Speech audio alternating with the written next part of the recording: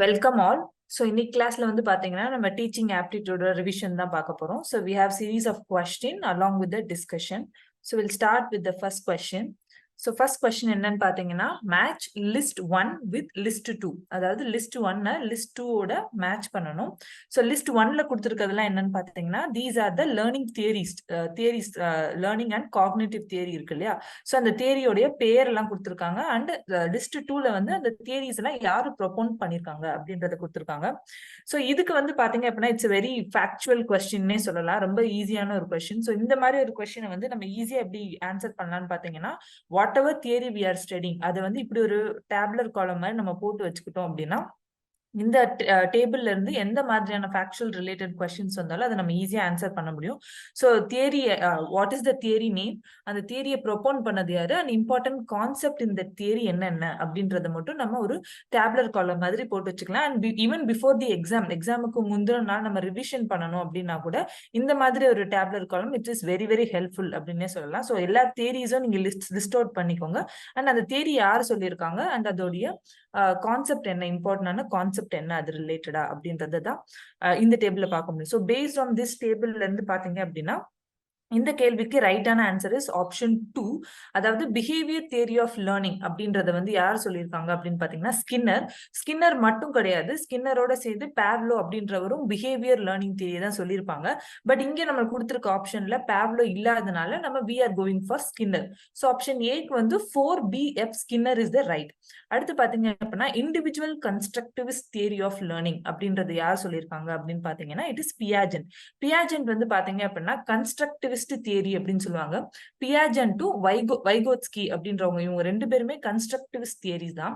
ஆனா இவங்க ரெண்டு பேத்துக்குள்ள இருக்க வித்தியாசம் என்ன அப்படின்னு பாத்தீங்கன்னா பியாஜென்ட் வந்து இண்டிவிஜுவல் கன்ஸ்ட்ரக்டிவ் தியரி கொடுத்திருக்காரு. அதாவது தனிப்பட்ட ஒரு சைல்டோடைய டெவலப்மெண்ட் அவங்கள பத்தி மட்டும் பேசினதுதான் பியாஜென்டோடைய theory.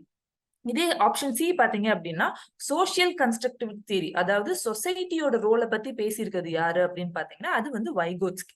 So social constructive theory யார் சொல்லியிருக்காங்கன்னு பாத்தீங்கன்னா வைகோட்ஸ்கி சொல்லியிருக்காங்க. And last option left out என்னவா இருக்குன்னு பாத்தீங்கன்னா social cognitive learning theory, obviously it is Albert Bandura. So இதுக்கு வந்து ரைட்டான answer option 2. Next question. A teacher is preparing a course of science. He or she wants to add an exercise that promotes collaboration and problem solving among learners. What kind of group should she or he form? அதாவது ஒரு teacher வந்து science teacher வந்து ஒரு exercise கொடுக்கணும்னு நினைக்கிறாங்க. அந்த exercise மூலியமா கொலாபரேஷனும் problem solving எபிலிட்டியும் இந்த லேர்னர் கிட்ட வளரணும் அப்படின்னு நினைக்கிறாங்க. சோ அப்ப எந்த மாதிரியான குரூப் வந்து அவங்க பிரிக்கணும் அப்படின்றது தான் கேள்வி. சோ இது ரொம்பவே டைரக்டான கொஸ்டின். ஸ்டூடெண்ட்ஸ் வந்து கொலாபரேட் பண்ணி படிக்கணும் அப்படின்னாலே it should be student centric குரூப்பா இருக்கணும். அப்பதான் ஸ்டூடெண்ட்ஸ் வந்து கொலாபரேஷன் மூலியமா ஒரு விஷயத்த கத்துப்பாங்க. சோ டீச்சர் சென்ட்ரிக்கா இருக்குன்னு வச்சுக்கோங்களேன். சோ டீச்சர் தான் அங்க முக்கியமான ரோல் பிளே பண்ணுவாங்க. ஸ்டூடெண்ட்ஸ் வந்து கொலாபரேஷன் மூலமா எதுவுமே படிக்க முடியாது, அவங்களுக்குன்னு ஒரு ப்ராப்ளம் சால்விங் எபிலிட்டி வந்து வளராது. ஏன்னா டீச்சர் சென்ட்ரிக்ல வந்து எப்பவுமே டீச்சர் வந்து இன்ஸ்ட்ரக்ஷன் கொடுப்பாங்க, அந்த இன்ஸ்ட்ரக்ஷனை ஃபாலோ பண்றது மட்டும்தான் ஸ்டூடெண்டோடைய வேலையா இருக்கும். சோ அந்த குரூப் எப்படி இருக்கணும்னு பாத்தீங்கன்னா it should be student centric குரூப்பா இருக்கணும். So the right answer for this question is option C. Third question, which one is the highest order of learning? கீழே கொடுக்கப்பட்டிருக்கிறதுல எது ஹையஸ்ட் ஆர்டர் ஆஃப் லேர்னிங் அப்படின்றது தான் கேள்வி. இந்த லேர்னிங்ல ஆர்டர் இருக்கா அப்படின்னு கேட்டீங்கன்னா இதை வந்து கேங்கி அப்படின்றவர் வந்து இந்த லேர்னிங்கை வந்து ஒரு ஹைராரிக்கியா பிடிச்சிருக்காரு. ஸோ அவரை பொறுத்த வரைக்கும் பாத்தீங்க அப்படின்னா ரொம்ப பேசிக் லெவல் ஆஃப் லேர்னிங்ல இருந்து ஒரு ஹையஸ்ட் லெவல் ஆஃப் லேர்னிங் வர இந்த மாதிரி டிஃப்ரெண்ட் டைப்ஸ் ஆஃப் லேர்னிங்கை கேங்கி அப்படின்றவர் வந்து பிரிச்சிருக்காரு. It is almost 9 type of learning வந்து பிரிச்சிருக்காரு. So starting with signal learning தான் ரொம்பவே பேசிக் அண்ட் என்ன சொல்றது ரொம்பவே பிரிமிட்டிவான ஒரு லேர்னிங் அப்படின்னு சொல்லலாம். சோ இந்த ஒரு லேர்னிங் வந்து என்னன்னா ரொம்ப சிம்பிள். ஒரு சிக்னலுக்கு நம்ம எப்படி ரியாக்ட் பண்றோமோ அது பேஸ்டா அதுல இருந்து நம்ம கத்துக்கக்கூடிய ஒரு சில விஷயங்கள் தான் இந்த சிக்னல் லேர்னிங் அப்படின்னு சொல்றாங்க. அதாவது சிக்னல்ஸ் மூலியமா we learn something. இப்ப உதாரணத்துக்கு பாத்தீங்க அப்படின்னா suppose when we are touching some hot vessel, ஒரு சூடான ஒரு பாத்திரத்தை தொடும்போது நம்ம என்ன பண்றோம், டக்கு நம்ம கையை அதுல இருந்து எடுத்துறோம் இல்லையா. So that is a signal learning. அந்த சிக்னல் என்ன சொல்லுது நம்ம பாடிக்கு அப்படின்னா இது வந்து ஹாட்டான ஒரு vessel, so we have to immediately remove our hand அப்படின்றது நம்ம brain சொல்லுது we are removing the hand. so அதே மாதிரி பாத்தீங்க அப்படின்னா when we peel onion, so onion cut பண்ணும்போது ஆட்டோமேட்டிக்கலா நம்மளுக்கு வந்து கண்ணுல தண்ணி வருது. So this is also a signal learning. And also இன்னும் கொஞ்சம் பாத்தீங்க அப்படின்னா traffic signal. So green light போட்டா நம்ம போகலாம், ரெட் லைட் போட்டா we have to stop அப்படின்ற அந்த சிக்னல் லேர்னிங் கூட it is a form of a signal learning சொல்லலாம். So இந்த சிக்னல் லேர்னிங் பாத்தீங்கன்னா இது வந்து ஒரு primitive type of learningனு சொல்லலாம். ரொம்பவே பழமையான ஒரு ரொம்பவே பேசிக்கான ஒரு டைப் ஆஃப் லேர்னிங் தான் இந்த ஒரு signal learning. And the next one is stimulus response learning. So as the name suggests, there is a stimulus. ஒரு stimulus வருது உங்ககிட்ட. அந்த ஸ்டிமுலஸ்க்கு நீங்க எப்படி ரியாக்ட் பண்றீங்க, அதுக்கு என்ன ரெஸ்பான்ஸ் கொடுக்குறீங்க அப்படின்றத வச்சுதான் இங்க வந்து லேர்னிங் நடக்குது. இப்போ ஃபார் எக்ஸாம்பிள் நீங்க கொடுக்குற ரெஸ்பான்ஸுக்கு வந்து எல்லாரும் உங்களுக்கு ரிவார்ட் கொடுக்குறாங்க, உங்களுக்கு ரீஇன்ஃபோர்ஸ்மெண்ட் கொடுக்குறாங்க, உங்களுக்கு பிரைஸ் கொடுக்குறாங்க, இல்ல பாராட்டுறாங்க அப்படின்னா அந்த ஒரு பிஹேவியரை என்ன பண்ணுவோம், நம்ம மறுபடியும் பண்ண ட்ரை பண்ணுவோம். Because we are happy with that reward. நம்மளுக்கு ரிவார்ட் கிடைக்குது. சப்போஸ் அதே ஒரு பிஹேவியருக்கு இஃப் வி ஆர் பனிஷ்ட், உங்களுக்கு வந்து ஒரு பனிஷ்மெண்ட் கொடுக்குறாங்க அப்படின்னா நம்ம என்ன பண்ணுவோம், அந்த ஒரு பிஹேவியரை நம்ம திருப்ப பண்ணணும்னு நினைக்க மாட்டோம். சோ இதுதான் ஸ்டிமுலஸ் ரெஸ்பான்ஸ் லேர்னிங் அப்படின்னு சொல்றாங்க. சோ இதை வந்து பாத்தீங்கன்னா பாவ்லோ அப்படின்றவர் வந்து அவருடைய எக்ஸ்பெரிமெண்ட் மூலியமா கண்டுபிடிச்சிருப்பாங்க. இதுல வந்து பாத்தீங்க அப்படின்னா டாக் வந்து என்ன பண்ண, நேச்சுரலாவே ஃபுட்டை பார்த்தா டாக் வந்து சலைவேட் பண்ண ஆரம்பிச்சிருவாங்க, எச்சில் வர ஆரம்பிச்சிடும் டாகுக்கு. பட் அவருடைய எக்ஸ்பெரிமெண்ட் என்ன பண்ணிருப்பாருன்னு பாத்தீங்கன்னா இந்த மணியோடைய சவுண்டுக்கும் இந்த பெல்லோடைய சவுண்டுக்கும் டாக் வந்து சலைவேட் பண்றதுக்கு ட்ரெயின் பண்ணிருப்பாங்க. சோ இதுதான் இங்க வந்து ஸ்டிமுலஸ் என்னவா இருக்குன்னு பாத்தீங்கன்னா பெல் சவுண்ட். இந்த பெல்க்கும் டாக் சலைவேட் பண்றதுக்கும் சம்பந்தமே இல்லை, ஆனா இந்த ஒரு ஸ்டிமுலஸ்க்கும் ரெஸ்பான்ஸுக்கும் ஒரு கனெக்ஷன் மேக் பண்ணி பாவ்லோ வந்து அவருடைய எக்ஸ்பெரிமெண்ட்ல எக்ஸ்பிளைன் பண்ணிருப்பாங்க. சோ இந்த டைப் ஆஃப் லேர்னிங் தான் ஸ்டிமுலஸ் ரெஸ்பான்ஸ் லேர்னிங் அப்படின்னு சொல்றோம். மூணாவது பாத்தீங்க அப்படின்னு பாத்தீங்கன்னா செயினிங். சோ செயினிங்ன்றது என்னது, இப்ப நம்ம செயின் இருக்கு இல்லையா, சோ செயின் எப்படி இருக்குது, 2-3 ஸ்டிமுலஸ் ரெஸ்பான்ஸ் ரிலேஷன்ஷிப்பை சேர்க்கும் போது, 2-3 விஷயங்களை சேர்க்கும் போது அது ஒரு செயினா ஃபார்ம் ஆகுது.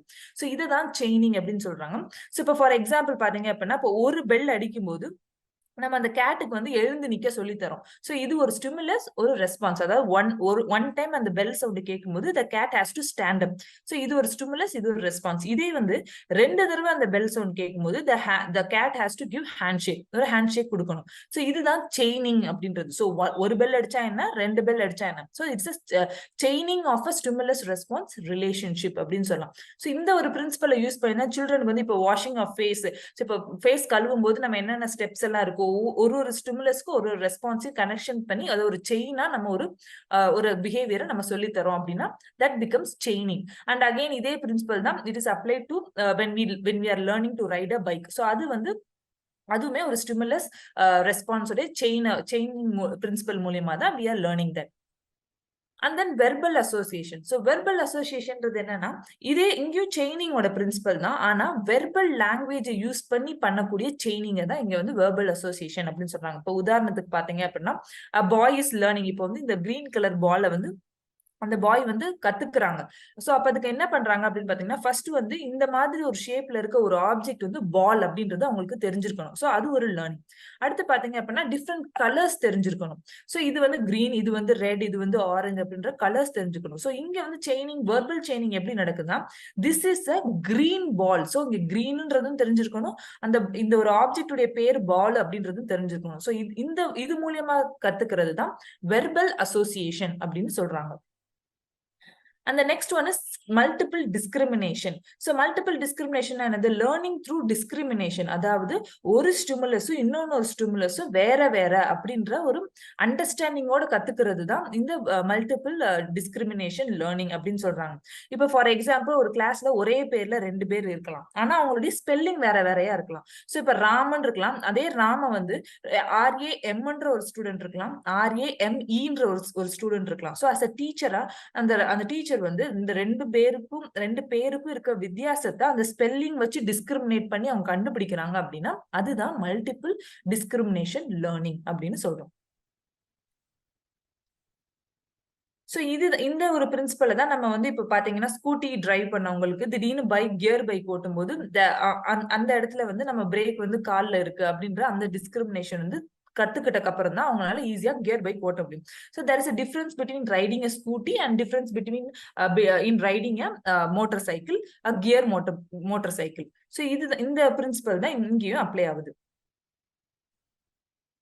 நெக்ஸ்ட் டைப் ஆஃப் லேர்னிங் என்னன்னு பாத்தீங்கன்னா கான்செப்ட் லேர்னிங். ஸோ கான்செப்ட் லேர்னிங்ல என்னது அப்படின்னு பாத்தீங்கன்னா ஒரு கான்செப்டை நம்ம எப்படி படிக்கிறோம் அப்படின்றது தான். ஸோ இதுக்கு வந்து என்ன பாத்தீங்கன்னா டிஃப்ரெண்ட் கிளாஸ் ஆஃப் ஸ்டிமுலைஸ், இப்போ ஒரு தனித்தனி ஸ்டிமுலை இல்லாம நிறைய கிளாஸ் ஆஃப் ஸ்டிமுலைஸை ஒன்னா சேர்த்து வச்சு ஒரு கேட்டகரிக்குள்ள நம்ம படிக்கிறோம் ஒரு ஆப்ஜெக்ட் ஐடென்டிஃபை பண்றதுக்கு அப்படின்னா அதை தான் கான்செப்ட் லேர்னிங் அப்படின்னு சொல்றாங்க. இப்போ உதாரணத்துக்கு சன் அப்படின்றத பத்தி நம்ம படிக்கணும் அப்படின்னா we have to first know the color of the sun. Sun என்ன கலர்ல இருக்கும் அண்ட் அந்த என்ன ஷேப்ல இருக்கும் அப்படின்னா ஷேப்ஸை பத்தி நம்மளுக்கு தெரிஞ்சிருக்கணும். அண்ட் சன் வந்து இப்போ சோலார் சிஸ்டம்ல அது ஒரு பார்ட்டா இருக்கு. சன்னுடைய ஃபங்க்ஷன் என்ன, அதோடைய ப்ராப்பர்ட்டிஸ் என்ன. ஸோ இந்த மாதிரியான விஷயங்கள்லாம் படிக்கும்போது we are learning a concept here. So இதுதான் கான்செப்ட் லேர்னிங் அப்படின்னு சொல்றாங்க. இதே மாதிரிதான் இப்ப for example law of gravity நம்ம படிக்கணும். ஸோ லா ஆஃப் கிராவிட்டினா என்னன்னு நம்ம தெரிஞ்சதுக்கு அப்புறமா வாட் வி கேன் டூ, இதே கான்செப்டை அப்ளை பண்ணி we can also say that apple மட்டும் இல்ல, even when a mango falls from a tree, mango மரத்துல இருந்து கீழே விழும்போது இதே லா ஆஃப் கிராவிட்டி தான் அப்ளை ஆகுது. இதே ஒரு பாலை வந்து ஸ்டெப்ஸோட டாப்ல இருந்து நம்ம தூக்கி போடும்போது அந்த பால் கீழே உருண்டு வருது அப்படின்னா அந்த இடத்துல லா ஆஃப் கிராவிட்டி தான் அப்ளை ஆகுது அப்படின்ற அந்த ஒரு கான்செப்டை we are applying and learning. அந்த நெக்ஸ்ட் டைப் ஆஃப் லேர்னிங் என்னன்னு பாத்தீங்கன்னா ரூல் லேர்னிங். ரூல் லேர்னிங்னா என்னது, ஒரு ரூலை நம்ம கத்துக்கிறது. இப்போ ஃபார் எக்ஸாம்பிள் 100 டிகிரி செல்சியஸ் ஆனா வாட்டர் வந்து பாயில் பண்ண ஆரம்பிச்சிடும். பாயிலிங் பாயிண்ட் ஆஃப் வாட்டர் என்னவா இருக்குது, 100 டிகிரி செல்சியஸா இருக்கு. This is a rule. So அந்த மாதிரி ரூல் பேஸ்டா நம்ம படிக்கிறோம் அப்படின்னா this is learning through rule அப்படின்னு சொல்றாங்க. And the final one is problem solving. இந்த problem solving தான் highest order of learning அப்படின்னு கேங்கி சொல்றாங்க. ஸோ ப்ராப்ளம் சால்விங்ன்றது என்னது, ஒரு ப்ராப்ளத்தை எப்படி எல்லாம் சால்வ் பண்ணணும், அந்த ப்ராப்ளத்தை சால்வ் பண்றது மூலியமா நம்ம என்னென்னலாம் கத்துக்கிறோம் அப்படின்றது இந்த ப்ராப்ளம் சால்விங். இதுக்கு வந்து பாத்தீங்கன்னா நிறைய திங்கிங் அப்படின்றது ஒரு விஷயம் வந்து நம்மளுக்கு தேவைப்படுது. ரொம்ப காம்ப்ளெக்ஸான விஷயங்களை நம்ம எப்படி பிரேக் டவுன் பண்ணி அந்த ப்ராப்ளத்தை நம்ம எப்படி சால்வ் பண்றோம். அண்ட் ஆல்சோ இந்த ப்ராப்ளம் சால்விங் அப்படின்ற ஒரு விஷயத்த நம்ம பண்றதுக்கு இதுக்கு முன்னாடி நம்ம படிச்சோம் இல்லையா, இந்த different types of learning from சிக்னல் லேர்னிங்ல இருந்து நம்ம ரூல் லேர்னிங் வரைக்கும் எல்லா டைப் ஆஃப் லேர்னிங்குமே நம்ம அப்ளை பண்ணும்போது தான் ஒரு விஷயத்த நம்ம ஒரு ப்ராப்ளத்தை நம்மளால சால்வ் பண்ணவே முடியும். ஸோ அதனால ப்ராப்ளம் சால்விங் அப்படின்றது தான் ஹையஸ்ட் ஆர்டர் ஆஃப் லேர்னிங் அப்படின்னு சொல்றாங்க. ஸோ இதுக்கு ரைட் ஆன்சர் என்னன்னு பாத்தீங்கன்னா option B, which is problem solving learning. The next question, which of the following is a major advantage of online learning over offline learning? So கீழே கொடுக்கப்பட்டிருக்கிறதுல online லேர்னிங்க்கு இருக்கிற major advantage என்ன அப்படின்னு கேக்குறாங்க. So it's a direct question. The correct answer is option 2, which is flexibility. So online லேர்னிங்ல பாத்தீங்கன்னா ரொம்பவே flexibility நம்மளுக்கு இருக்கும். ஆஃப்லைன் லேர்னிங் மாதிரி கிடையாது. குறிப்பிட்ட ஒரு கொஞ்சம் ரிஜிடான ஒரு என்வாயன்மெண்ட்ல அந்த லேர்னிங் நடக்கும். பட் இதே ஆன்லைன் லேர்னிங்ல பாத்தீங்கன்னா there is a flexibility for both the learner and the teacher. So ரெண்டு பேத்துக்குமே ஃபிளெக்சிபிலிட்டி அப்படின்ற ஒரு விஷயம் வந்து ஆன்லைன் லேர்னிங்ல நம்மளுக்கு ஒரு அட்வான்டேஜா இருக்குது. The next question is, which assessment will be given to learners during the course of instruction rather than after it is completed? எந்த type of assessment வந்து during the course, அந்த கோர்ஸ் நடந்துட்டு இருக்கும் போது கொடுக்கப்படுது, not after completing, complete ஆனதுக்கு அப்புறம் கொடுக்காம அந்த கோர்ஸ் நடந்துட்டு இருக்கும் போதே கொடுக்குறாங்க இல்லையா, அந்த டைப் ஆஃப் அசஸ்மெண்ட் என்ன அப்படின்னு கேட்கறாங்க. It is nothing but formative assessment. So இந்த ஃபார்மேட்டிவ் அசஸ்மெண்ட் அப்படின்றது தான் இந்த லேர்னிங் ப்ராசஸ் நடந்துட்டு இருக்கும் போதே நம்ம நடுவுல கொடுக்கறது. ஸோ இப்போ நம்ம இன்டர்னல் எக்ஸாமினேஷன்லாம் சொல்றோம் இல்லையா, ஸோ இது எல்லாமே நம்மளுடைய ஃபார்மேட்டிவ் அசஸ்மெண்ட் தான். இது எதுக்கு மெயினா கொடுக்கப்படுறாங்க அப்படின்னு பாத்தீங்கன்னா the goal is to monitor student உடைய லேர்னிங். அந்த ஸ்டூடெண்ட் உடைய லேர்னிங்கை நம்ம மானிட்டர் பண்றதுக்கும், சப்போஸ் அவங்க எவ்வளவு தூரம் படிச்சிருக்காங்க, அவங்க எப்படி படிக்கிறாங்க, ஸோ அதுக்கான ஃபீட்பேக்கை நம்ம இந்த ஒரு அசஸ்மெண்ட்ல இருந்து நம்மளால கத்துக்கிட்டு அதை நம்ம ஸ்டூடெண்ட்ஸ்க்கு கம்யூனிகேட் பண்ண முடியும். Even students themselves can understand அவங்க எந்த இடத்துல இருக்கிறாங்க, எந்த இடத்துல அவங்க இம்ப்ரூவ் பண்ணணும், ஸோ இந்த லேர்னிங் ப்ராசஸை நம்ம இன்னும் எஃபெக்டிவா எப்படி மாற்ற முடியும். ஸோ இந்த மாதிரியான விஷயங்கள் எல்லாமே இந்த ஃபார்மேட்டிவ் எவாலுவேஷன் மூலியமா it is conducted. And then the next one is summative assessment. The summative assessment தான் at the end of the course நம்ம கண்டக்ட் பண்றோம். ஸோ ஒரு கோர்ஸ் முடிஞ்சதுக்கு அப்புறம் whatever they have learnt, கடைசியா உங்களுக்கு என்னென்னலாம் தெரிஞ்சிருக்கு அப்படின்றத பத்தி நம்ம அசஸ்மெண்ட் பண்றோம் அப்படின்னா that becomes the summative assessment. So the right answer for this question is option 2, which is formative assessment. Okay, the next question, which of the following are the interrelated phases created by John Keller for stimulating and sustaining learners motivation in teaching and learning process. அதாவது John Keller create பண்ண ஃபேசஸ்ல எந்த faces வந்து ஒரு லேர்னருடைய மோட்டிவேஷனை sustain பண்றதுக்கு use பண்ணப்படுது அப்படின்றது தான் கேள்வி. ஸோ இப்போ இந்த ஜான் கெல்லர் பாத்தீங்க அப்படின்னா he has proposed a model of motivation, அதாவது ARCS அப்படின்ற ஒரு மாடலை வந்து he is proposing for what to say for maintaining the motivation of the learner. இல்ல ஒரு மோட்டிவேஷன் எப்படி நம்ம கொண்டு வரது ஸ்டூடெண்ட்ஸுக்கு அப்படின்றதுக்கு பேஸ் பண்ணி இந்த மாடல் இருக்கு. So இதுல பாத்தீங்கன்னா there are 4 important components. So என்னன்னு பாத்தீங்கன்னா the first one is attention. So மெயினா முக்கியமா ஒரு மோட்டிவேஷன் வரணும் அப்படின்னா அதுக்கு ஃபர்ஸ்ட் வந்து students has to pay attention. அந்த லேர்னர் வந்து எப்ப அட்டென்ஷன் கொடுப்பாங்க, அந்த சப்ஜெக்ட் அவங்களுக்கு இன்ட்ரெஸ்டிங்கா மாறும்போது தான் they give their attention. So attention is very important. And the point 2 is என்னன்னா relevance. ஸோ இப்போ நம்ம படிக்கிற ஒரு விஷயம் வந்து எவ்வளவு தூரத்துக்கு நம்மளுக்கு யூஸ்ஃபுல்லா இருக்குது, அந்த நம்ம படிக்கிற அந்த விஷயம் வந்து it has to bridge the gap between the content and real life. என்னோட ரியல் லைஃப்ல என்னால இந்த ஒரு படிக்கக்கூடிய இந்த விஷயத்தை எவ்வளவு தூரத்துக்கு என்னால யூஸ் பண்ண முடியும். So the usefulness of the content that I am learning, அது ரொம்பவே important to maintain the motivation. And the third one is confidence. So the confidence அப்படின்றது என்னன்னு பாத்தீங்கன்னா developing success expectation among learners. So ஒரு விஷயத்தை நம்ம படிக்கும்போது ஒரு கான்ஃபிடன்ஸ் அவங்களுக்கு இருக்கணும். ஓகே ஐ நோ திஸ் அப்படின்ற ஒரு கான்ஃபிடன்ஸ் இருக்கணும். சக்சஸ் அந்த நான் படிக்கிறது மூலியமா I can expect some success out of it அப்படின்ற அந்த கான்ஃபிடன்ஸும் இருக்கும்போது motivation is enhanced. And finally the satisfaction. So learners should be satisfied with whatever they have learned. நான் படிச்சிருக்கத வச்சு I have to be very much satisfied. So there is a direct relationship. Satisfactionக்கும் motivationக்கும் பாத்தீங்கன்னா ரொம்பவே டைரக்டான ஒரு relationship இருக்கு. So these are the 4 components proposed in ARC model by John Keller. So இதை வச்சு பார்க்கும்போது when we answer this question, option 1 is the right, which is attention, relevance, confidence, and then satisfaction. Okay, the next question. What does continuous evaluation mean for the students? Continuous evaluation அப்படின்றது ஸ்டூடெண்ட்ஸுக்கு என்ன மீன் பண்ணுது அப்படின்னு பார்க்கலாம். So continuous assessment or continuous evaluation அப்படின்னா என்ன? So as the name suggests, it is an assessment or an evaluation that is done continuously. கண்டினியூஸா பண்ணக்கூடிய ஒரு evaluation தான் continuous assessment அப்படின்னு சொல்றோம். So இது வந்து பாத்தீங்கன்னா we do from the initial assessment இருக்கும். So before joining the course அந்த ஒரு assessment நடக்கும். And then during the course நடக்கலாம். Formative assessment நம்ம என்னன்னு பார்த்தோம் இல்லையா? So during the course நடக்கும். And then at the end of the course நடக்கும். After completion of that particular course-உமே ஒரு assessment நடக்கும். இதுதான் நம்ம continuous assessment அப்படின்னு சொல்றோம். So இதை வச்சு பார்க்கும்போது இந்த கேள்விக்கு ரைட்டான ஆன்சர் என்னன்னு பாத்தீங்கன்னா ஆப்ஷன் பி, அதாவது evaluating students through the learning process. அந்த லேர்னிங் ப்ராசஸ் மூலியமாவே கண்டினியூவா throughout the academic year நம்ம வந்து எவாலுவேட் பண்றோம் அப்படின்னா அதை தான் கண்டினியூஸ் எவாலுவேஷன் அப்படின்னு சொல்றாங்க. The next question.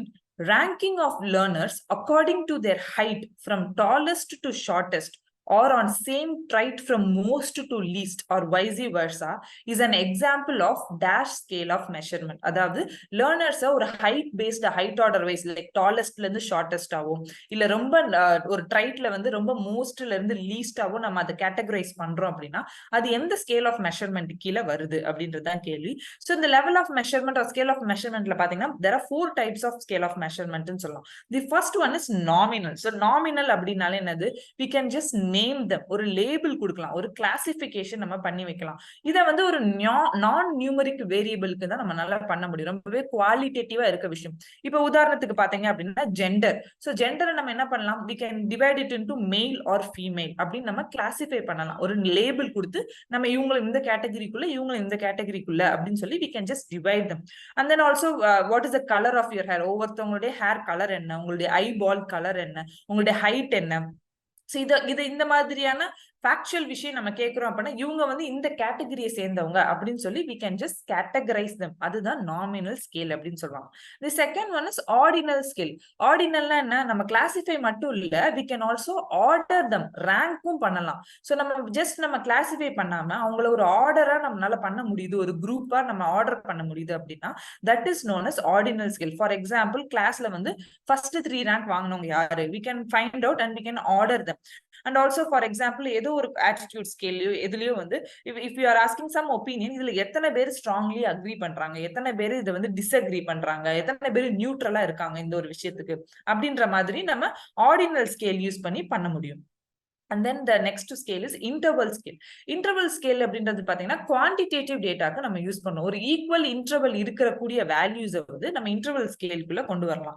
இப்ப உதாரணத்துக்கு பாத்தீங்க அப்படின்னா temperature for example 30 degree to 40 degree இருக்கலாம். இல்ல ஐக்யூ ஸ்கோர் 40 டு 60க்குள்ள அந்த ஐக்யூ ஸ்கோர் இருக்கலாம். இல்ல ஒரு income range, so 2 lakhs to 3 lakhs வந்து மந்த்லி இன்கமா இருக்கலாம், இல்ல ஏர்லி இன்கமா இருக்கலாம். ஸோ இந்த மாதிரியான ஒரு குவான்டிஃபையபிள் டேட்டாவை ஒரு இன்டர்வல் ஈக்குவல் இன்டர்வல் மூலியமா நம்மளால பிரிக்க முடியுது அப்படின்னா அததான் இன்டர்வல் ஸ்கேல் அப்படின்னு சொல்றாங்க. And finally the ratio scale. Ratio அப்படின்றது என்னன்னா சம்டைம்ஸ் தி அப்சல்யூட் ஜீரோக்கு வந்து மத்த எந்த ஸ்கேல்லயுமே வேல்யூ இருக்காது. பட் இந்த ரேஷியோ ஸ்கேல்ல பாத்தீங்கன்னா அப்சல்யூட் ஜீரோக்கு ஒரு வேல்யூ இருக்கு. ஃபார் எக்ஸாம்பிள் இப்ப பாத்தீங்க அப்படின்னா இப்போ ஒரு கம்பெனில எவ்வளவு ஸ்டாஃப்ஸ் இருக்காங்க அப்படின்றதுக்கு நம்ம 10 ஸ்டாஃப்ஸ் இருக்காங்க, 30 ஸ்டாஃப்ஸ் இருக்காங்க, இல்ல 40 ஸ்டாஃப்ஸ் இருக்காங்கன்னு சொல்லலாம். அதே சமயம் ஒருத்தருமே இல்ல, ஜீரோ அப்படின்றதுக்கு அங்க ஒரு வேல்யூ இருக்கு அப்படின்னா அந்த இடத்துல நம்ம ரேஷியோ ஸ்கேல் யூஸ் பண்ணலாம். There is no one in this company working அப்படின்னா அங்க 0 ஸ்டாஃப் இருக்காங்க, அந்த இடத்துல நம்ம ரேஷியோ ஸ்கேல நம்மளால யூஸ் பண்ணிக்க முடியும். சோ இதுதான் levels of measurement or scales of measurement அப்படின்னு சொல்றாங்க. சோ இங்க வந்து பாத்தீங்க அப்படின்னா ஹைட் ஆர்டர் வைஸ் லைக் டாலஸ்ட்ல இருந்து ஷார்டஸ்டா நம்ம ஆர்டர் பண்ண முடியுது அப்படின்னா அந்த இடத்துல நம்ம ஆர்டினல் ஸ்கேல தான் நம்ம யூஸ் பண்ண போறோம். So the right answer for this question is option B, ordinal.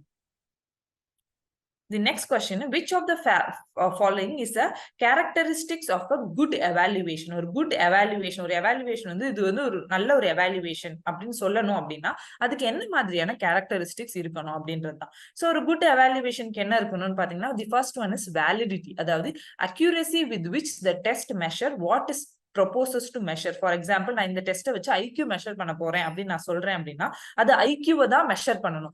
இது ஐக்யூ இல்லாம ஒரு எமோஷனல் காம்பனன்ட்டையோ இல்ல வேற ஏதோ ஒரு ஃபார் எக்ஸாம்பிள் செல்ஃப் எஸ்டீம் காம்பனன்ட்டையோ இல்ல வேற ஏதோ ஒரு காம்பனன்ட் அது மெஷர் பண்ணுது அப்படின்னா அந்த டூல் வந்து ஒரு வேலிடான டூலே கிடையாது. Because I'm proposing that this particular scale will measure your IQ. உன்னோட IQ மெஷர் பண்ணும் அப்படின்னு சொல்லிட்டு நான் வேற எதையும் மெஷர் பண்ணேன்னா அது வேலிடான டூலாவே இருக்க முடியாது. சோ ஒரு குட் எவாலுவேஷன் ஒரு டூலா இருக்குது அப்படின்னா அது வந்து வேலிடா இருக்கும். The second one is reliability. Reliabilityன்றது என்னது கன்சிஸ்டன்சி இருக்கணும். அந்த டெஸ்ட் வந்து இன்னைக்கு நான் மெஷர் பண்ணும்போது இப்போ ஃபார் எக்ஸாம்பிள் அதே ஐக்யூ எக்ஸாம்பிள் எடுத்துக்கோங்க. இன்னைக்கு நான் என்னோட ஐக்யூ மெஷர் பண்ணும்போது ஃபார் எக்ஸாம்பிள் எனக்கு 120 ஸ்கோர் வருது அப்படின்னா இதே நான் ஒரு 3 monthsக்கு அப்புறம் மெஷர் பண்ணும்போது எனக்கு 50 வரக்கூடாது. என்னோட score maybe plus or minus கொஞ்சம் முன்னாடி பின்னாடி போகலாம். 120 கேன் பிகம் 125 ஆகலாம், இல்ல முன்னாடி 115 ஆகலாம். பட் இது டிராஸ்டிக்கா 120ல இருந்து இட் cannot come to 50 இல்லையா? சோ அந்த consistency should be maintained in that particular evaluation tool. So reliability is a very important aspect. And then discrimination power. Discrimination power அப்படின்னா என்னது? அந்த பர்டிகுலர் டூலை வச்சு நம்மளால ரெஸ்பாண்டன்ஸை டிஸ்கிரிமினேட் பண்ண முடியும். எவ்வளவு பேருக்கு ஹை ஐக்யூ லெவல் இருக்கு, எவ்வளவு பேருக்கு லோ ஐக்யூ லெவல் இருக்கு, இல்ல ஒரு கிளாஸ் ரூம்ல படிக்கிறோம் அப்படின்னா எவ்வளவு பேர் நல்லா படிச்சிருக்காங்க, எவ்வளவு பேர் புவரா பெர்ஃபார்ம் பண்ணிருக்காங்க அப்படின்ற அந்த டிஸ்கிரிமினேஷன் பவர் வந்து அந்த பர்டிகுலர் டூலுக்கு வந்து கண்டுபிடிக்கக்கூடிய திறமை இருக்கணும். சோ அப்பதான் அந்த டூல் வந்து ரொம்பவே ஒரு குட் எவாலுவேஷன் டூல் அப்படின்னு சொல்லலாம். அடுத்து பாத்தீங்கன்னா அப்ஜெக்டிவிட்டி. அப்ஜெக்டிவிட்டின்றது என்னது? எந்த ஒரு ஜட்ஜ்மெண்ட்டோ எந்த ஒரு பர்சனல் ஒப்பீனியனும் இல்லாம எந்த ஒரு பயஸும் இல்லாம அந்த ஒரு டூல் இருக்கணும். அப்பதான் அது வந்து அப்ஜெக்டிவான டூல் அப்படின்னு நம்ம சொல்றோம். நெக்ஸ்ட் ஒன் என்னன்னு பாத்தீங்கன்னா practicability. Practicability is economy of the time and effort. இப்போ ஃபார் எக்ஸாம்பிள் ஒரு ஸ்டூடெண்டோட அசஸ்மெண்ட் நம்ம பண்றவங்க எவ்வளவு கத்துட்டு இருக்காங்க அப்படின்றதுக்கு இதே நான் வந்து ஒரு 20 கொஸ்டின் வந்து ஈச் கொஸ்டின் ஃபார் 20 மார்க்ஸ் கொடுத்துட்டு ஒரு 3 hours நீங்க முடிக்கணும் அப்படின்னு சொன்னா it is not at all practical. கரெக்டா? சோ அப்ப அந்த 3 hours அசஸ்மெண்ட் நான் பண்ண போறேன் அப்படின்னா எவ்வளவு மார்க் எவ்வளவு கொஸ்டின் நம்ம அலோகேட் பண்ண முடியும்? எப்படி எல்லாத்தையுமே நம்ம வந்து எஸ்ஏ டைப் கொடுக்கலாமா, இல்ல அப்ஜெக்டிவ் டைப்ஸ் கொடுக்கலாமா, இல்ல 2 marks கொடுக்கலாமா, 5 marks கொடுக்கலாமா?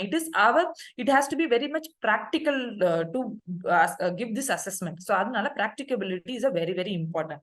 And then adequacy. Adequacy is sufficiency and suitability of the test.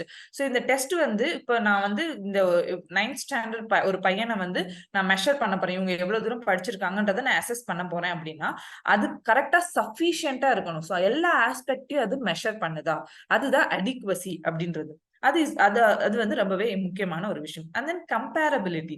So அதோட ஈக்குவலண்டான இருக்கு இன்னொரு டெஸ்டோட நம்மளால ஈஸியா கம்பேர் பண்ண முடியும். இப்போ ஃபார் எக்ஸாம்பிள் நான் ஒரு ஐக்யூ டெஸ்ட் டெவலப் பண்றேன், இன்னொருத்தவங்க இன்னொரு ஐக்யூ டெஸ்ட் டெவலப் பண்றாங்கன்னா என்னோட ஐக்யூ டெஸ்ட்டையும் அவங்களோட ஐக்யூ டெஸ்ட்டையும் என்னால கம்பேர் பண்ண முடியும். ஸோ அந்த கம்பேரபிலிட்டி இருந்தாதான் it is a good evaluation instrument அப்படின்னு சொல்லலாம். And finally most important it's utility. The purpose of the டெஸ்ட்டை வந்து அது கரெக்டா அந்த இன்ஸ்ட்ருமெண்ட் ஃபில் பண்ணணும். நான் ஒரு டெஸ்ட் டெவலப் பண்ணலாம், நான் ஒரு எவாலுவேஷன் டெவலப் பண்ணலாம், இல்ல நான் ஒரு டெஸ்ட்டுக்கு கொஸ்டின் பேப்பர் ப்ரிப்பேர் பண்ணலாம். ஆனா அது நான் எதுக்காக ப்ரிப்பேர் பண்றேனோ அதோட யூஸ்ஃபுல்னஸே அதுக்கு இல்ல அப்படின்னா அந்த டூல் வந்து ஒரு குட் எவாலுவேஷன் இன்ஸ்ட்ருமெண்டா இருக்க முடியாது. So utility is a very much important aspect. So based on this, the right answer is option B, which is A, B, C, D, E. All these things are correct answer, but except F, which is subjectivity. Subjectivity வந்து இருந்துச்சுன்னா அது good evaluation இருக்கவே முடியாது. ஏன்னா it has to be objective இருக்கணும், subjective இருக்கக்கூடாது. So option B is the right answer for this question. Okay, the next question is, it is an assertion and reason. Okay, there is an assertion, அதோட reason கொடுத்திருக்காங்க, அதுக்கு ஏத்த மாதிரி கீழே quotes இருக்கு, இதுல எது வந்து கரெக்ட் அப்படின்றத நம்ம கண்டுபிடிக்கணும். தி அசர்ஷன் என்னன்னு பாத்தீங்கன்னா, an internal assessment requires continued research to improve its reliability and validity. ஒரு இன்டர்னல் அசஸ்மெண்ட் இருக்கு அப்படின்னா அந்த இன்டர்னல் அசஸ்மெண்ட்டுக்கு ஒரு கண்டினியூவா தொடர்ச்சியான ஒரு ரிசர்ச் வந்து கண்டிப்பா தேவைப்படுது. அதோட ரிலையபிலிட்டியும் வேலிடிட்டியும் நம்ம இம்ப்ரூவ் பண்ணிக்கிட்டே இருக்கிறதுக்காக. இது வந்து அசர்ஷன். இதுக்கு கொடுக்கப்படுற ரீசன் என்னன்னு பாத்தீங்கன்னா, favouring attitude of the teacher to few students is also again an issue of internal evaluation. இப்போ ஒரு டீச்சர் வந்து ஒரு ஸ்டூடெண்ட்டுக்கு வந்து ஃபேவர் பண்ணிக்கிட்டே இருக்காங்க, அவங்க ஒரு பர்டிகுலர் ஸ்டூடெண்ட் வந்து அவங்களுக்கு ரொம்ப பிடிச்சிருக்குன்றதுனால அவங்களுக்கு ரொம்ப ஃபேவர் பண்ணிக்கிட்டே இருக்காங்க அப்படின்னா இந்த ஒரு ஆஸ்பெக்ட் வந்து இன்டர்னல் எவாலுவேஷனை அஃபெக்ட் பண்றதுக்கான வாய்ப்பு இருக்கு அப்படின்னு சொல்றாங்க. ஸோ இதுக்கு கரெக்ட் ஆன்சர் என்னன்னு பாக்குறதுக்கு முன்னாடி what is internal and external evaluation அப்படின்னு நம்ம தெரிஞ்சுக்கணும். ஸோ இந்த எவாலுவேஷன்ல பாத்தீங்கன்னா இன்டர்னல் அப்படின்றது என்னன்னா, இந்த இன்டர்னல் எவாலுவேஷனுக்கு கொஸ்டின் ப்ரிப்பேர் பண்றதோ அதை கரெக்ஷன் பண்றது இது எல்லாம் அந்த இன்ஸ்டிடியூட்டை சேர்ந்தவங்களோ இல்ல அந்த கோர்ஸ் எடுக்கிற அந்த டீச்சரே பண்றாங்க அப்படின்னா தட் இஸ் இன்டர்னல் எவாலுவேஷன் அப்படின்னு சொல்லலாம். சோ அவங்களே கொஸ்டின் பேப்பர் ப்ரிப்பேர் பண்ணிப்பாங்க, அவங்களே ஆன்சர் ஷீட் கரெக்ட் பண்ணுவாங்க, அண்ட் அவங்களே ஃபீட்பேக்கும் கொடுப்பாங்க. அதுதான் இன்டர்னல் எவாலுவேஷன். இது எக்ஸ்டர்னல் எவாலுவேஷன் வச்சுக்கோங்களேன், வேற ஒரு கவர்னிங் பாடி. இப்போ ஃபார் எக்ஸாம்பிள் இந்த காலேஜ்ல நடக்கிற எக்ஸாமுக்கு வேற ஒரு யூனிவர்சிட்டில இருந்து கொஸ்டின் பேப்பர் ப்ரிப்பேர் ஆகி வருது, அவுட் சைட்ல இருந்து கொஸ்டின் பேப்பர் செட் ஆகி வருது, அண்ட் அதை கரெக்ஷன் பண்றது இன்னும் வேற யாரோ அப்படின்னா இதுதான் எக்ஸ்டர்னல் அசஸ்மெண்ட் அப்படின்னு சொல்றாங்க. இதுதான் இன்டர்னல் அண்ட் எக்ஸ்டர்னல் அப்படின்றது. ஸோ இதை வச்சு பார்க்கும்போது பாத்தீங்கன்னா தி ஸ்டேட்மெண்ட் 1 அண்ட் ஸ்டேட்மெண்ட் 2 ரெண்டுமே கரெக்ட் தான். ஒரு இன்டர்னல் அசஸ்மெண்ட்டை வந்து நம்ம இம்ப்ரூவ் பண்றதுக்கு கண்டினியூஸா ரிசர்ச் பண்ணிக்கிட்டே இருக்கணும், அதோட ரிலையபிலிட்டி அண்ட் வேலிடிட்டியை இம்ப்ரூவ் பண்றதுக்கு. ஆனா அதுக்கான கொடுக்கப்பட்டிருக்க ரீசன் வந்து இது கிடையாது. So to maintain the reliability validityக்காக நம்ம ரிசர்ச் கண்டிப்பா தேவை. அதே சமயம் ஒரு டீச்சர் வந்து ஃபேவரிங் ஆட்டிடியூட் இருந்துச்சுன்னா அது வந்து அந்த எவாலுவேஷனை அஃபெக்ட் பண்ண முடியும். ஆனா இந்த அசர்ஷனுக்கான ரீசன் இது கிடையாது. அதனால ஆப்ஷன் 2, அதாவது both A and R are true, but R is not the correct explanation of the A. R reason கொடுத்திருக்க ரீசன் வந்து இங்க இருக்க அசர்ஷனோட கரெக்டான ரீசன் கிடையாது, but still reason is also true and assertion is also true. Okay, the next question. Diagnostic evaluation helps teacher to solve learning difficulties. It is conducted. அதாவது diagnostic evaluation வந்து எந்த learning difficulties வந்து conduct learning difficulties வந்து நம்ம solve பண்றதுக்காக use பண்றோம். ஆனா இந்த ஒரு evaluation எப்ப கண்டக்ட் பண்றோம் அப்படின்றது தான் இங்க கேள்வி. So diagnostic evaluation based on time பாத்தீங்கன்னா evaluation நம்ம 3 வகையா பிரிக்கலாம்: diagnostic, formative and summative. diagnostic அப்படின்றது என்னது? before the course is beginning. ஒரு கோர்ஸ் நம்ம ஆரம்பிக்கிறதுக்கு முன்னாடி, ஒரு இன்ஸ்ட்ரக்ஷனல் ப்ராசஸ் ஆரம்பிக்கிறதுக்கு முன்னாடியே நம்ம பண்றோம்னா அது டயக்னோஸ்டிக். ஃபார்மேட்டிவ்ன்றது வந்து டியூரிங் த ப்ராசஸ், லேர்னிங் நடந்துட்டு இருக்கும் போதே டியூரிங் த ப்ராசஸ் நம்ம பண்றோம்னா அது ஃபார்மேட்டிவ். அட் தி எண்ட் நம்ம பண்றோம் அப்படின்னா அது சம்மேட்டிவ். ஸோ அதுதான் டயக்னோஸ்டிக் எவாலுவேஷன் அப்படின்றது. ஸோ இந்த டயக்னோஸ்டிக் எவாலுவேஷன்ல பாத்தீங்க அப்படின்னா நம்ம ஒரு ஸ்டூடெண்டோட ஸ்ட்ரென்த்ஸ் அண்ட் வீக்னஸஸ் கண்டுபிடிக்கிறோம், அவங்களோட டிஃபிகல்டிஸ் என்ன அப்படின்னு தெரிஞ்சுக்கிட்டு அதை சால்வ் பண்றதுக்கு நம்ம ஹெல்ப் பண்றோம். ஸோ இதுக்கு வந்து எப்ப கண்டக்ட் பண்றோம்னு பாத்தீங்கன்னா பிஃபோர் இன்ஸ்ட்ரக்ஷனல் ப்ராசஸ். ஒரு இன்ஸ்ட்ரக்ஷனல் ப்ராசஸ் ஆரம்பிக்கிறதுக்கு முன்னாடியே இந்த ஒரு டயக்னோஸ்டிக் எவாலுவேஷனை நம்ம பண்ணிடுறோம். So option A is the right answer. The next question is, which of the following are the prominent features of self directed learning. ஒரு செல்ஃப் டைரக்டட் லேர்னிங்க்கு கீழே கொடுக்கப்பட்டிருக்கிறதுல எதெல்லாம் ஒரு ப்ராமினன்டான ஃபீச்சரா இருக்கு அப்படின்றதுதான் கேள்வி. ஸோ இதுக்கு ரைட் ஆன்சர் என்னன்னு பாத்தீங்கன்னா option 2, that is self monitoring. ரொம்பவே முக்கியம். ஒரு செல்ஃப் டைரக்டட் லேர்னிங் இருக்கு அப்படின்னா தன்னைத்தானே மானிட்டர் பண்ணிக்கக்கூடிய அந்த ஒரு ஃபீச்சர் அவங்களுக்கு கண்டிப்பா தேவை. And then taking ownership of their learning. நான் என்ன படிக்கிறேனோ அதோட ஓனர்ஷிப்பை நானே எடுத்துக்கக்கூடிய அந்த ஒரு ஃபீச்சரும் கண்டிப்பா தேவை. And then extension of learning. Whatever I am learning I have to extend my learning.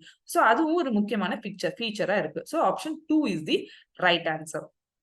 The next question, match list 1 with list 2. list 1 list 2 ஓட கொடுக்கணும். So list 1ல கொடுத்திருக்கிறதுல என்னன்னு பாத்தீங்கன்னா different mode of learning னு சொல்லலாம். and அதோட description list 2ல கொடுத்திருக்காங்க.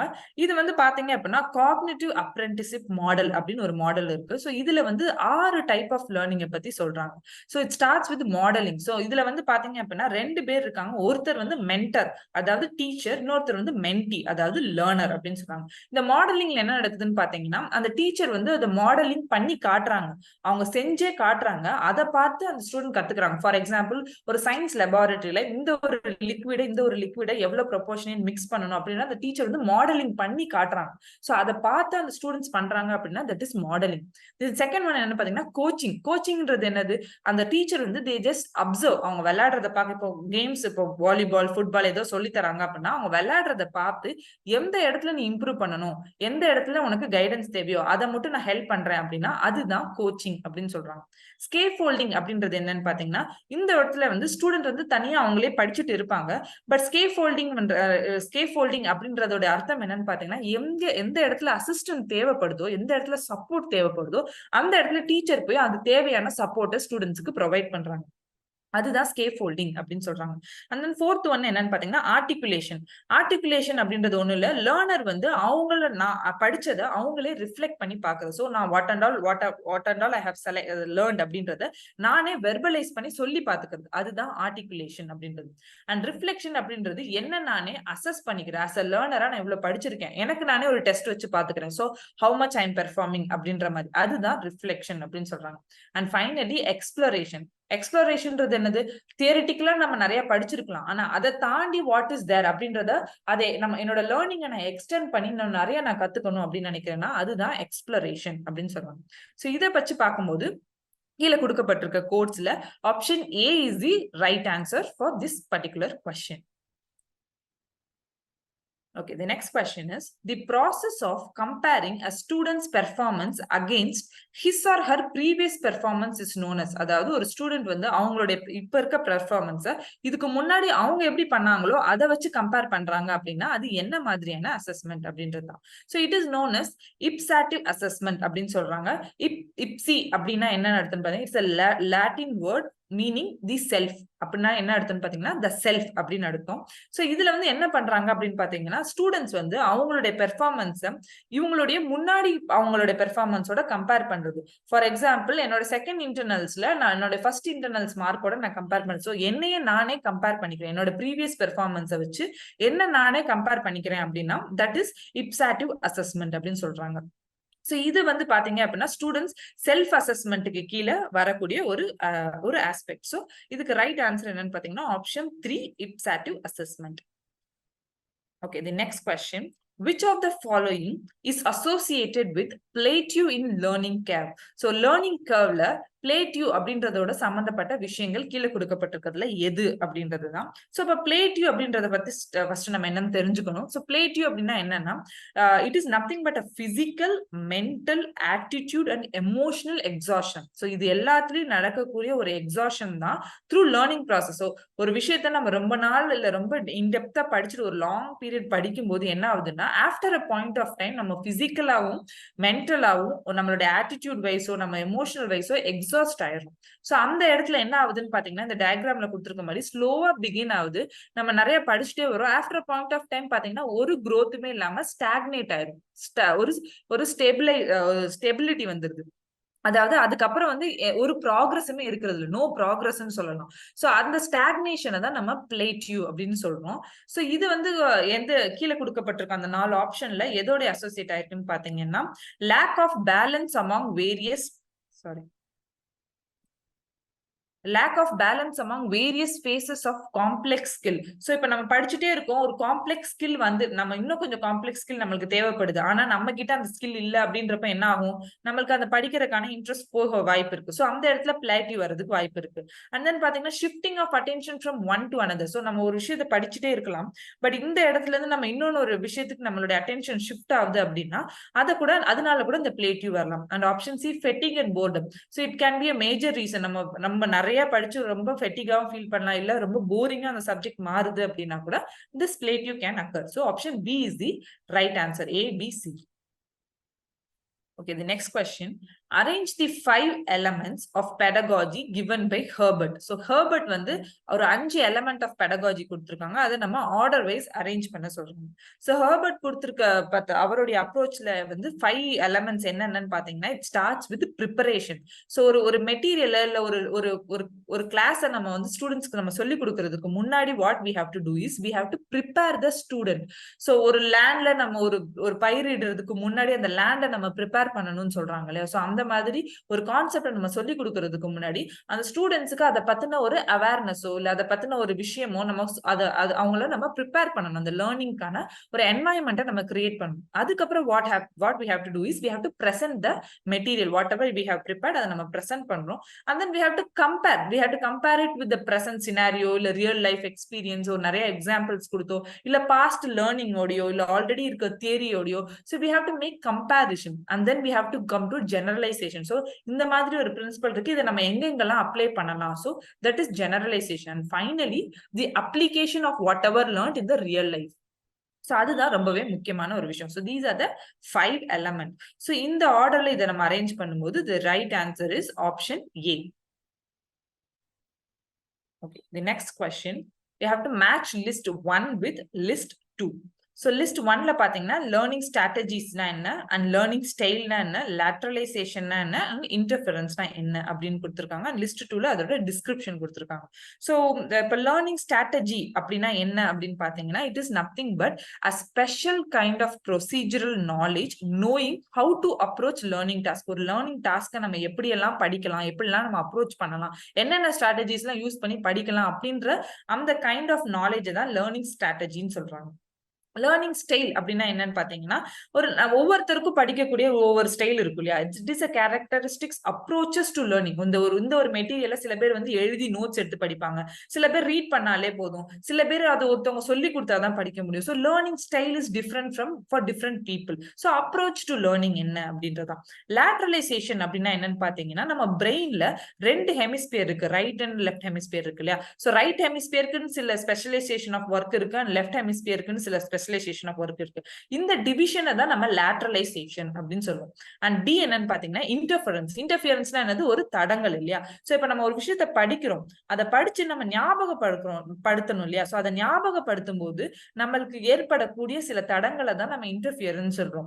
Sometimes பாத்தீங்க அப்படின்னா, புதுசா ஒரு விஷயம் படிக்கும்போது பழசு மறந்து போலாம், இல்ல நம்ம புதுசா படிக்கிற விஷயம் படிச்சுட்டு இருக்கும்போது பழசா ஏற்கனவே படிச்ச விஷயம் நம்ம இப்ப படிக்க போற விஷயத்த நமக்கு அஃபெக்ட் பண்ணலாம். சோ இந்த மாதிரியான இன்டர்ஃபரன்ஸை தான் நம்ம இன்டர்ஃபரன்ஸ் அப்படின்னு நம்ம சொல்றோம். சோ இதுக்கு வந்து ரைட் ஆன்சர் என்னன்னு பாத்தீங்கன்னா option 2. Okay, the next question is summative evaluation implies. Summative evaluation அப்படின்னா என்ன அப்படின்றதா. It's a very direct question. Summative evaluation அப்படின்றது என்னது? It is ascertaining the performance level after the academic session comes to an end. ஒரு academic session முடிவுக்கு வரும்போது நம்ம அவங்களுடைய பெர்ஃபார்மன்ஸ் லெவல்ல ascertain பண்றோம் இல்லையா. சோ அதை தான் summative evaluation அப்படின்னு சொல்றாங்க. The next question is, which of the following is an example of an inclusive learning environment? ஒரு inclusive learning environmentக்கு கீழே கொடுக்கப்பட்டிருக்கிறதுல எது எக்ஸாம்பிள் அப்படின்னு கேட்கறாங்க. So inclusive learning environmentனா என்ன அப்படின்னு பாத்தீங்கன்னா, inclusion of all kind of students. ஒரு ஸ்பெஷல் எஜுகேஷன் நீட் இருக்க ஸ்டூடெண்டா இருக்கலாம், பிசிக்கலி டிசேபிள் ஸ்டூடெண்டா இருக்கலாம், இவங்க எல்லாத்தையுமே ஒரே கிளாஸுக்குள்ள வச்சு ஒரே மாதிரியான சப்போர்ட் அண்ட் சர்வீஸ் கொடுக்குறோம் அப்படின்னா அதை தான் inclusive classroom environment, inclusive education அப்படின்னு நம்ம சொல்றோம். சோ அதை வச்சு பார்க்கும்போது கீழே கொடுக்கப்பட்டிருக்கிறதுல பாத்தீங்க அப்படின்னா, தி ஆப்ஷன் 4, அதாவது a classroom where all the students are encouraged to share their unique experience and perspective. ஏன்னா வந்திருக்க எல்லாருக்குமே வேற நீட்ஸ் இருக்கலாம், ஒரு ஸ்பெஷல் எஜுகேஷன் நீட் இருக்கலாம், ஒரு பிசிக்கலி டிசேபிள்டு சில்ட்ரனா இருக்கலாம். ஸோ இவங்க எல்லாருமே அவங்களுடைய யூனிக் எக்ஸ்பீரியன்ஸ் அண்ட் பெர்ஸ்பெக்டிவ் அந்த ஒரே கிளாஸ் ரூம்ல இன்க்ளூசிவா படிக்கிறோம் இல்லையா? ஸோ அதுதான் இன்க்ளூசிவ் லேர்னிங் என்வாயன்மெண்ட்டுடைய ஒரு எக்ஸாம்பிளா இருக்கலாம். So the option 4 is the right answer. Okay, the next question is choose the correct course. So set A and set B இதலோட match correct-ஆ நம்ம பண்ணணும். So இத வச்சு பார்க்கும்போது பாத்தீங்கன்னா we know what is formative evaluation and what is summative evaluation நம்ம பார்த்துட்டோம். So what is continuous and comprehensive evaluation பாத்தீங்கன்னா as the name suggests continuous னா என்னது? continuous-ஆ நம்ம ஒரு evaluation பண்றோம். அதாவது beginning of the course, during of the course, at the end of the course நம்ம evaluate பண்றோம். அதுதான் continuous evaluation. comprehensive-ன்றது என்னது? not only the scholastic aspect. So இப்ப நான் for example நான் addition சொல்லித்தரேன், addition மட்டும் நம்ம மெஷர் பண்றது கிடையாது, subtraction சொல்லித்தரேன், அதை மட்டும் measure. what is comprehensive is the mental, emotional, physical aspect of the students. அந்த ஸ்டூடெண்ட் வந்து அவங்க கத்துக்கிட்ட அந்த addition அந்த பிரின்சிபல்ல எப்படி எல்லாம் அப்ளை பண்றாங்க, டிஃப்ரெண்ட் சினாரியோல அவங்க டிஃப்ரெண்ட் டைப் ஆஃப் ப்ராப்ளம்ஸ்ல எப்படி எல்லாம் அந்த ஒரு அப்ளிகேஷன் அவங்களால பண்ண முடியுது. so that is the comprehensive evaluation. so எல்லா ஆஸ்பெக்ட்டுமே all round development of a student, not only the scholastic development, நான் ஸ்காலஸ்டிக் டெவலப்மெண்ட் கூட நம்ம மெஷர் பண்றோம் அப்படின்னா அதுதான் காம்ப்ரிஹென்சிவ் எவாலுவேஷன் அப்படின்னு சொல்றாங்க. தி நெக்ஸ்ட் ஒன் என்னன்னு பாத்தீங்கன்னா நார்ம் பேஸ்ட். நார்ம்னா என்னது? there is some rules, சில நார்ம்ஸ் இருக்கு, அந்த நார்மை வச்சு நம்ம மெஷர் பண்றோம் அப்படின்னா அதுதான் நார்ம் பேஸ்டு ரெஃபரன்ஸ் அப்படின்னு சொல்றாங்க. இப்போ ஃபார் எக்ஸாம்பிள் ஒரு ஸ்டூடெண்ட் ஒரு ஸ்கோர் எடுத்திருக்காங்க அப்படின்னா இந்த ஸ்கோரை கட் ஆஃப் ஸ்கோரோட நம்ம மெஷர் பண்றோம் அப்படின்னா that is norm based reference அப்படின்னு சொல்றோம். கிரைட்டீரியன் பேஸ்டு ரெஃபரன்ஸ் அப்படின்னா என்னன்னு பாத்தீங்க அப்படின்னா there is a criteria.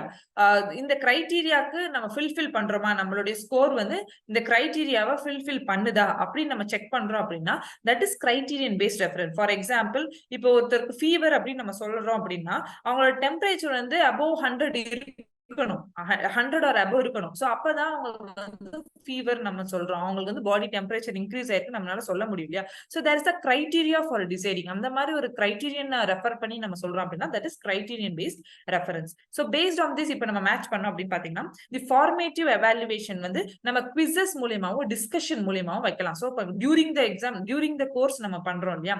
So அப்ப வந்து ஸ்மால் quizzes வைக்கலாம், இல்ல கிளாஸ் ரூம் டிஸ்கஷனை வச்சு அவங்க நம்ம எவாலுவேஷன் பண்ண முடியும்.